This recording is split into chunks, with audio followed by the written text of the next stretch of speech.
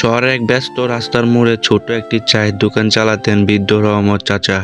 তার সারা জীবনের সঞ্চয় দিয়ে একমাত্র ছেলেকে পড়াশোনা করিয়েছিলেন এই আশায় যে বৃদ্ধ বয়সে ছেলে তার লাঠি হবে। কিন্তু নিয়তির পরিহাস, উচ্চশিক্ষা শেষ করে ছেলে বড় শহরে চাকরি পেয়ে তার দরিদ্র বাবাকে ভুলে গেল।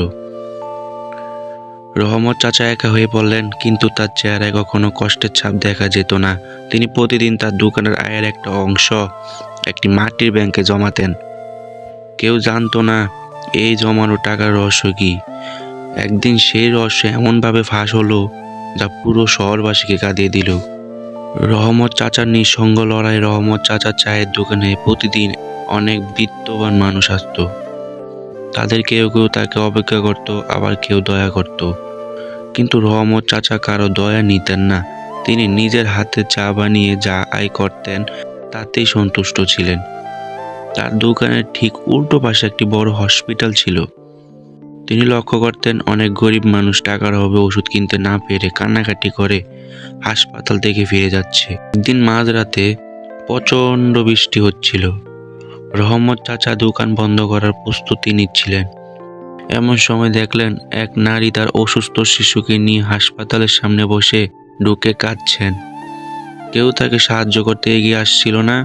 রহমত চাচা নিঃশব্দে তার সেই মাটির ব্যাংকটি নিয়ে মহিলার সামনে দাঁড়ালেন। সেই ব্যাংকে ছিল গত 5 বছরের তিল তিল করে জমানো টাকা, যা দিয়ে তিনি নিজের চোখের অপারেশন করানোর স্বপ্ন দেখতেন। তিনি কোনো কথা না বলে পুরো ব্যাংকটি মহিলার হাতে তুলে দিয়ে বললেন, মা, এই টাকাগুলো নাও, তোমার সন্তানের জীবন বাঁচাও। মহিলা অবাক হয়ে চাইলেন। রহমত চাচা তখন প্রায় অন্ধ হতে চলেছেন, কিন্তু তার মনের আলো ছিল প্রখর।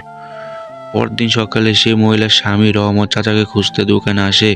ঘটনাচক্রে সেই লোকটি ছিল রহমত চাচার সেই ছেলে, যে তাকে ছেড়ে চলে গিয়েছিল। নিজের বাবার এই মহানুভবতা দেখে সে লজ্জায় মাটিতে মিশে গেল। সে বুঝতে পারল সে শিক্ষিত হয়েও তার বাবার মতো মানুষ হতে পারেনি। এই ছেলে তার ভুল বুঝতে পেরে বাবাকে সসম্মানে নিজের কাছে নিয়ে গেল এবং হাসপাতালে সেই গরিব রোগীদের জন্য একটি ফান্ড তৈরি করলো। তো এই গল্প থেকে শিক্ষণীয় বিষয় হচ্ছে, মানুষের আসল পরিচয় তার পেশায় বা শিক্ষায় নয়, বরং তার হৃদয়ের বিশালতায়। নিজের অভাব থাকা সত্ত্বেও অন্যের উপকারে ঝাঁপিয়ে পড়াই হলো পৃথিবীর শ্রেষ্ঠ ধর্ম। হ্যাঁ বন্ধুরা, তোমাদের কাছে গল্পটা কেমন লেগেছে? আশা করি ভালো লেগেছে। ভালো লাগলে অবশ্যই লাইক, কমেন্ট, অবশ্যই সাবস্ক্রাইব করতে হবে। আর ফেসবুক থেকে দেখলে অবশ্যই ফলো করতে হবে। তো ধন্যবাদ আপনাদেরকে এ পর্যন্ত গল্পটা শোনার জন্য।